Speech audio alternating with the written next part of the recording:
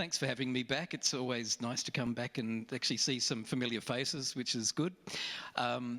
There's always a warmth here for us, and that I do so appreciate that. Often I'll go into a school talk and we have 150 Year 10 students all glaring at you, and so you kind of have to earn their response a little bit, whereas you guys are just automatically doing that for me. Thank you. So when Sue talked about the theme of this month, she actually sent me to a link to the Baptist website. Let's see if this is working. Rob, we may not be working. Can you go to the next slide for me, please? Okay, can you read that okay? I can, if I look this way. This was on the Baptist website for Missions Month, and I'm going to read it out because I think this is really special. More people living, loving, and leading like Jesus. More people joining with God in his restorative work across the street and across the world. More people experiencing and expressing the transforming love and hope of Jesus. More followers of Jesus sharing their faith in relevant and authentic ways. More faith communities reaching out to share God's love through word and deed. That's what our neighbourhoods and world need. More people, more like Jesus. Isn't that powerful? That's beautiful. But that first, can you just go back to that for a sec? That first line, I think, it really touched my heart straight away. God's restorative work. We understand when we look around, our world is broken. Whenever we reach out to somebody who's suffering, whether they're struggling with alcohol or drug addiction or domestic violence or anxiety, or across the world in the sort of international missions, we're bringing a little bit of heaven down to earth, and that's just God's heart. And I think that next bit is so powerful too, because it's across the street or it's across the world. And I don't think God sees them as different things. I have had people say to me, what about the people in our town, in our city? What about the poor here? And you go, they're just as important. Like I don't think God differentiates between across the street and across the world. So we value all mission wherever people stand up and say, we are going to do this, we are going to be more like Jesus. We celebrate that. So yes, next slide, please. So I was really drawn in preparing today to this parable. We've all heard it countless times, but I think it's worth revisiting today. If a man has 100 sheep and one of them wanders away, what will he do? Won't he leave the 99 others on the hills and go out to search for the one that is lost? And if he finds it, I tell you the truth, he will rejoice over it more than over the 99 that didn't wander away. In the same way, it's not my heavenly Father's will that even one of these little ones should perish. Now, when we read that and when we hear that, we all have our own filters, don't we, of what that means to us, of examples where a sheep, like we're not shepherds, right? We're not working in rural Australia and thinking of sheep and things. We think of real life examples in our own life where people have strayed and we would do anything to get them back. If it's a family member that's out of relationship, that's estranged, or if it's someone who's, again, fallen into drug addiction, that we want them back. So whenever we read something like that, we put it into our own context. Now, I'm going to give you a context today, and some of you will have heard some of these stories from last time I was here. There's some stuff going on in the world that is feels like it's beyond the reach of people like us in this room today, but actually it's not. So I was with the previous agency to where I'm working now. So before I joined Every Daughter Matters, I was with another Australian Christian organisation that I think was doing this in an incredibly unique way. So I was on a team with 3 Australians and 2 Thai nationals. We're all Christians. We're all out there in the anti-human trafficking space. And we visited a city up in northern Thailand, and we knew in those clubs and bars there were lost sheep. There were girls being exploited night in, night out. So we went on this particular operation where we went off the main street. It wasn't a high-end bar, it was a grubby little place. And as we walked in, there were a bunch of girls standing around the front waiting for customers. And as we walked in, they just came and attached themselves to us.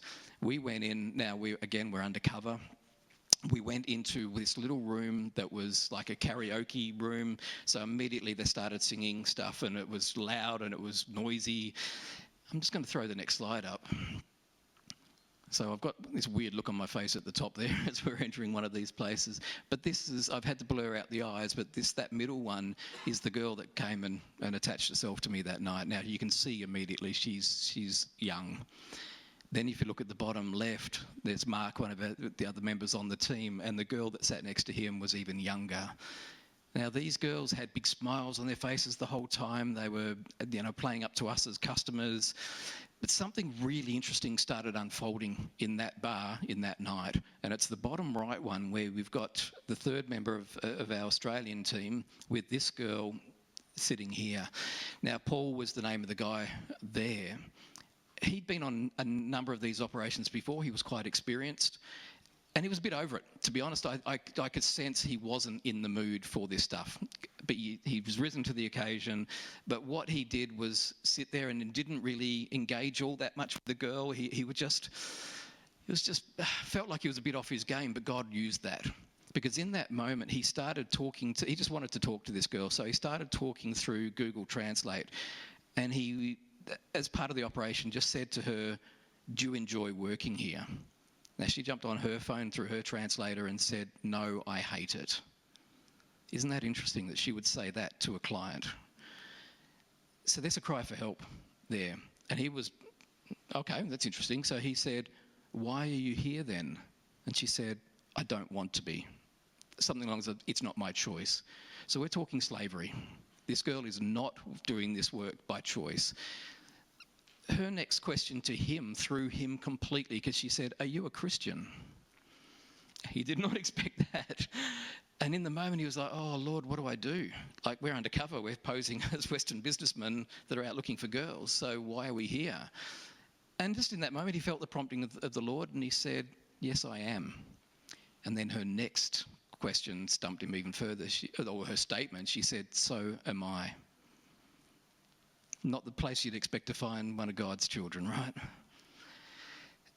And he said, "Why are you here?" And she said, "I don't want to be." In fact, she started showing him on her phone photos of her at a Christian youth group. She's been caught up in slavery against her will, and she's in this room. Now, he's sitting there processing that, and things got a bit interesting, because one of our Thai agents actually left the room. I think he went to the toilet. And when he came back in, he said to us quite subtly and gently, he said, "We have to leave now. Pay off your girls, let's get out of here." So we all went about, did what we needed to do, and we got out into the car park, and I said, "What's going on? What was that about?" And he said, "I overheard some of the local guys there, they were planning on getting rough. So we were in danger. We had to get you out of there. In fact, I had to go to my car and get a Glock out of my car, which is a handgun." So he didn't show it, but he had it on him in case things went south. But we got out of there safely. And it was at that point Paul said to them, "Did you realise that this girl that I was with is a Christian?" And they said, "Yes. That's why we were there that night. And that's why we brought you to this place." He said, "How did you find out?" And he said, "Last time we were here, we were doing karaoke with these girls, and she picked a praise and worship song." That's a cry for help. That's somebody who's saying, "I don't want to be here. Is anyone listening?" Thank God, God was listening, and he brought us to that bar. And as a result of those operations, or that operation that night, I now believe that girl is safe and out of that world and been restored to her family. This is the power of what is going on when somebody takes that parable literally and says, we are going to go and find the one. Now, as a father, I'm not satisfied with that. And I don't think anyone in this room is, right? We don't want to have to go and get girls that are experiencing this every night. What about the ones we miss? So I just want to put this next slide up. Please don't judge my theology on this. This is a what if sort of thing, right? If God gave you the opportunity and he said, "I'm putting two buttons in front of you," again, this is not in the scripture, and said, "On this side," where are we? On this side, over the right hand button, if you push that button, I will release every single slave on this planet. So there's 50 million people caught up in slavery on our planet. If you push that button, I will release every single slave on this planet, and they will be free forever. We then just have to work through conventional means to prevent new slaves being recruited. On the other side, if you push this button, I will prevent anybody ever becoming a slave again. you are now left with 50 million slaves, which you need to deal with through conventional means. Which one would you pick? Just hands up if you would make all the slaves free. Nobody. You would stop anyone ever becoming a slave again. Hands up. Yeah, I'm with you. Now, it's not based on theology, so there's no wrong answer here. I think as a father, I never want my daughter to experience what I've seen those girls to experience. I shared it quite at length last time I was here on that. So I think that's what God has drawn me to Every Daughter Matters, because that's what we're in the business of doing. There's two ways of saving a drowning man. One is to pull them out of the water. The other is to stop them falling in the first place. Every Daughter Matters has been called, as a response to that parable, I believe, to stand in the gap, so that girls that are being trafficked are stopped at that border and they're returned to their families before they're subject to the abuse and things that they would find if they would cross that border. So next slide, please. And this is what it looks like. This is a lady we call Hawkeyes. I don't know what her actual name is. It's a Nepali name, and I need to find out because I want to honour her. But right now she's Hawkeyes, right?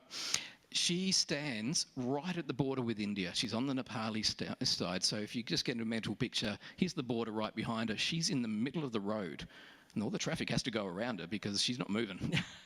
And she does that. She literally does this. She looks into every single face, every single eye coming towards her, whether they're in a bus, a truck, an auto, on foot, and she identifies people she thinks might be caught up in human trafficking. You can see the dedication there straight away. She's doing this because she spent time as a sex slave in India, and she doesn't want that to happen to one single other girl. She is amazing, and just to give you a story on this, she only quite recently, we've got footage of it. A couple of the guys on our team actually were filming things at the time. And you actually see her standing there in the middle of the street, and she sees up the road there's a young guy and a young girl. She goes up to them, and I say young, they're in their late teens, early 20s. She's gone up to them, and it started talking to them, realises something's not quite right, so she's brought them back to our surveillance booth where the other staff are. Next thing you know, they're sitting in the booth asking questions. What she's unpacked is that it was a 19-year-old Nepali guy living in India who had met this girl 2 years previous when she was 16. She's now 18. He's been grooming her for 2 years, and he's come to collect her. So he's travelled into Nepal. He's gone and met her somewhere some further away from the border, and he's brought her back to the border. She thinks they're madly in love and that they're going to start a new life in India. But he's about to hand her over to another trafficker at the border. Because she was there, she has stopped them, she's had that conversation, she's understood what's going on, she's contacted the police, who are always in proximity where we work, and they've done a sting operation, and they've actually arrested both guys. So both of those guys are now facing criminal prosecution in Nepal under Nepali anti-trafficking laws. Praise God that she was there and that she was so dedicated to that role, and that's just one instance. Now, a few years ago, we were still establishing booths at different surveillance points. Our team on the ground identified this place as being one of the key places we needed to be, and we weren't. It's a place called Beergunj. I love that name, Beergunj. Sounds dirty, but so you can see this incredibly ornate crossing point where they've got this sort of archway. So we did establish something there, and you guys have taken it on as a church to support this particular booth. So I'm really pleased today just to give you a little bit of a video I put together. It's a bit amateurish, but this is a bit of the story of the need that was there, and then the fact we needed to establish something, and then the fact that it is now up and running.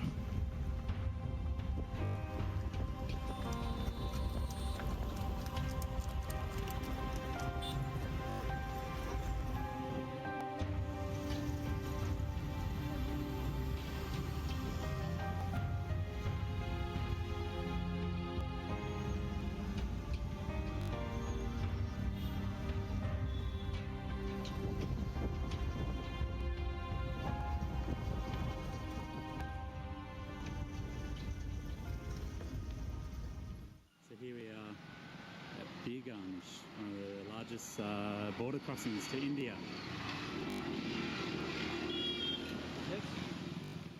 So this morning I'm with Amrit. He's a SINS program coordinator here on the ground in Nepal. Amrit, where are we? So, hi everyone. Right now we are in a place called Birganj. It is one of the biggest border that divides Nepal and India. So we can see a gate behind us. Through this gate, thousands of people every day cross the Indian border, and that is why we are planning to have a border booth in this place so that we could do our border surveillance program, locating our booth in Birganj. Thank you. It certainly is a hive of activity. There are people just coming and going on foot, on tuk-tuks, on bicycles. It's just crazy, but it's certainly one of the places that we're considering having another booth, such a place where people are coming and going. It's a haven for trafficking, so we're giving it consideration as we go around the Nepali-Indian border. So keep following us. We're really excited about what's happening here on the ground. And I can't help but think of the countless girls that have crossed this border and never been heard of again. We're determined to do something about that. Once you hear it becomes very real. Here we are at the Birganj border, so just discussing a place for a new booth.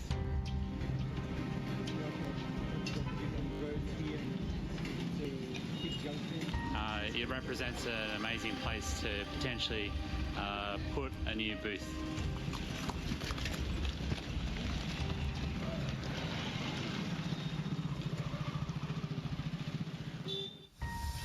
Behind me is the border. This is a seriously busy border crossing, and our staff are here working. They're stopping autos as they're travelling across the border.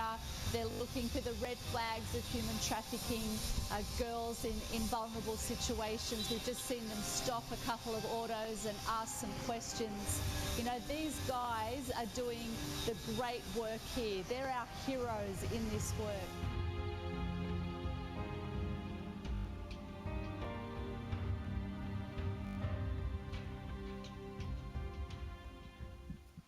Isn't that awesome? So you saw that. I mean, obviously it wasn't narrated or anything, but it was, you know, the journey from identifying that there was a need there, and that was done through the local staff, then to actually doing the research on how can we set up here? Is it feasible?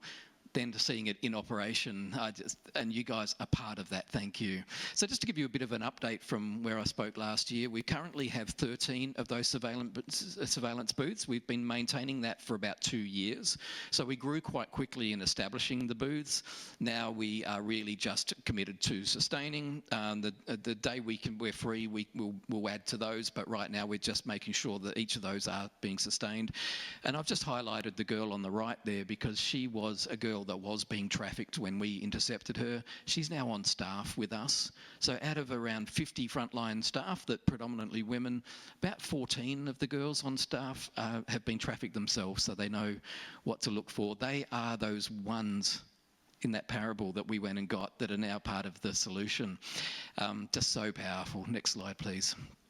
So a bit of a geography lesson for those that aren't familiar with Nepal. It's quite wide and shallow. You've got the Himalayas to the north, so you don't see a lot of trafficking go through there because it's logistically quite difficult, and the border crossing points are very well regulated up into Tibet. But by the time you come south, so you've got the Himalayas, then you've got the foothills, and then a lot of that southern border is flat land, it is plains. And across that border, Birganj is, I love the way the Amrit said it, Birganj. I just can't do that. So the third one from the right is, the second one from the right, where you see our little mascot is Birganj. That's so directly south of Kathmandu. So wherever you see one of those mascots is where we currently are have established and are running a surveillance booth. Each of those has an emergency shelter attached to it. So a place where the girls, it's not like we're just turning them around and send them home. We are bringing them into the fold. We are taking care of them for at least 4, 5, 6 days or nights, so that we can help them unpack what's happened to them. In fact, this is a video of Ross just explaining that. Without sound, clearly. What's happening here. Here's some of our amazing staff here, and Into one of our emergency shelters in the far west of Nepal. And come with me, I'd like to just walk through a little bit of what's happening here. Here's some of our amazing staff here, and this is the office. This is the first room where girls would come to, and of course they've been intercepted at the border. They're probably a little bit shell-shocked, and they're trying to understand what's really happening for them, and the counselling begins right here. Come with me, we'll do a walk through, and there's a great kitchen behind me. The girls are really well set up there, and they're really looked after well. They're able to stay here for 4 or 5 days, and of course this is one of the bedrooms, and this is where the girls will spend most of their time, and they're just processing at this time. Over those few days, those 4 or 5 days, processing what happened to them, processing what will happen to them, and of course receiving guidance, counselling, and understanding how to reconcile back with family, how to reconcile back into the community, and how to understand what to do with all of these broken dreams, broken promises that have just been given to them. However, now they're in a safe place. This is an emergency shelter. We're so grateful to have 13 of these shelters across the border of Nepal. Thank you for standing with us. And can't you hear the Father's heart through what he's saying there, the shepherding heart, that these girls are not just numbers to us, they are real individuals that have got their own personal trauma, their own experience that they've gone through. Next slide, please. Though there are a certain amount, now I think over 90% of our interceptions are able to go home. I want to be really clear with that. The parents over there are not selling those kids. That's other parts of the world, that is a big problem, but in Nepal, it's one of those easy wins for us, in that once we contact families, that we're able to then negotiate return to the fold, whether it is immediate family or extended family, but over 90% are able to go home. This is an example of some of the girls that can't. So there is always that small amount that they just, for whatever reason, whether it's an arranged marriage, they've escaped, they need to be safe. So we do have 2 safe homes, and on that map there were 2 of those that were highlighted. So these girls can stay with us for a 6-month program. That's not locked in. Like if they need longer, they need longer. If they can, they can leave earlier.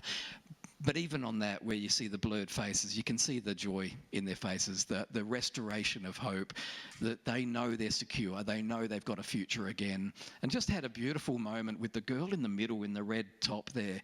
She came up to Janelle and myself after this photo was taken and got quite emotional. And through a translator, she said, "All I need is enough money to finish year 11 and 12 and I can make a go of this." We know that education is just so critical to these girls and their future.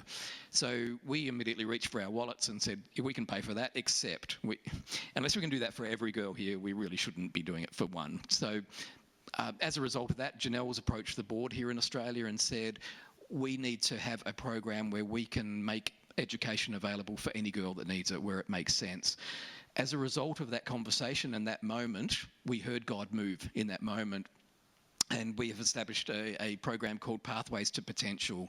We can now, thanks to funding from Australia, from support from churches and community here in Australia, we can now offer this program to any girl that ticks all the boxes, and that is a good thing for them. And we can take them through from year 9 through to first year tertiary, and we'll cover all their expenses, all their food, clothing and education during that period. 8 of these girls have graduated in the last couple of weeks from this program, which has freed up another 8 places for new girls to come into that program. Currently about 40 in our safe homes. Thank you. Next one. So just to give you some numbers overall, this is including your booth, obviously, in March. So the numbers lag a little bit because we don't publish until every rescue is verified. We just want to be authentic. So when we put up a number on there, we stand by that number. It is a genuine, authentic number. 113 girls in March are not being exploited in India because of the work that we do along that border. In fact, the total for last year, 1,701. Isn't that worthy of praise? That just gladdens my heart. It's still so much to be done, but if we can keep churning out those numbers, and in fact, if you look at the total in the 4 to 5 years we've been operating, it's at 3,676. So over half of those came in last year alone. What that says to me is that we took the time we needed to establish the model, to get the right surveillance booths in the right place with the right staffing. Now we're starting to see those numbers just build and build because we're doing the right thing in the right way. Next one, please. Of that 113, 105 have ended up in our shelters, in some of our emergency shelters. So that's the most, as I said, most of them. Next. 3 in March ended up in the safe homes, which meant 3 must have graduated during March to allow 3 more to come in. Next. Now, this is interesting. Out of that 113, 109 of them, I said over 90%. I didn't expect those sort of numbers when I joined Every Daughter Matters. They're great numbers. To have that percentage of girls being reunited with their families is such a powerful thing. Lucky last. 113, every single case was referred to the police or to law enforcement. And you heard what that looked like with that story with Hawkeyes at that border. Look, do the convictions go through? Do they stick? You know, it's always a bit hit and miss in a place like this, but the more we stand alongside these guys, the more we stand alongside the police officers on those borders, the more muscle that we give them and that they are standing with us. We are not doing their job for them, we're helping them establish and sustain what they're doing. And the other thing is that that guy that tried to get that girl into India took 2 years on that operation to go and, you know, establish the trust and the relationship to go and collect her, to bring her back, only to have her taken away from him at the border. We've damaged his business model. He's less likely to do it again because he didn't get the payoff last time. And the more we can do that, the more we can hold the police accountable and stand alongside them, the more we can turn this tide on human trafficking in Nepal, which is one of the busiest human trafficking routes. So, guys, you are partnering with us, so thank you, on behalf of Ross and Janelle and the senior team at Every Daughter Matters, all our staff on the ground in Nepal, for every single girl that is safe as a result of Beer Gunj and beyond. Thank you. It's just a blessing to be. Thank you guys for leading the church and supporting us in this way. We also are really looking for interception partners, people who are giving on a monthly basis. If anybody is in a position to do that, come and see Alison and myself at the table afterwards. No expectation to, you're already as a church supporting us, but the more people are standing with us in that way, the merrier, the more we can do. So thank you. So let me close in prayer before I hand back. But Lord, thank you so much that you have taken this seriously. When you personally talked about the one that goes missing, you lived that when you were on earth, you manifest that, and you've called us to do the same. And that's going to look different for everybody in their response. And Lord, you've raised up Ross Nancaro and Janelle Payne and Every Daughter Matters to do that in a place that needed us to do that, needed the world to respond. Thank you for what you're doing in this place for those across the street and across the world. We just acknowledge that you are the one who gives us the power to do that. You give us the stewardship of finances to do that. And we just commit the finance to you, this giving month, this missions month and beyond. Lord, guide everybody in making those decisions as to where that money needs to go. But thank you again for the opportunity to come and stand alongside Como Baptist Church in the mission that we have. In Jesus' name, amen.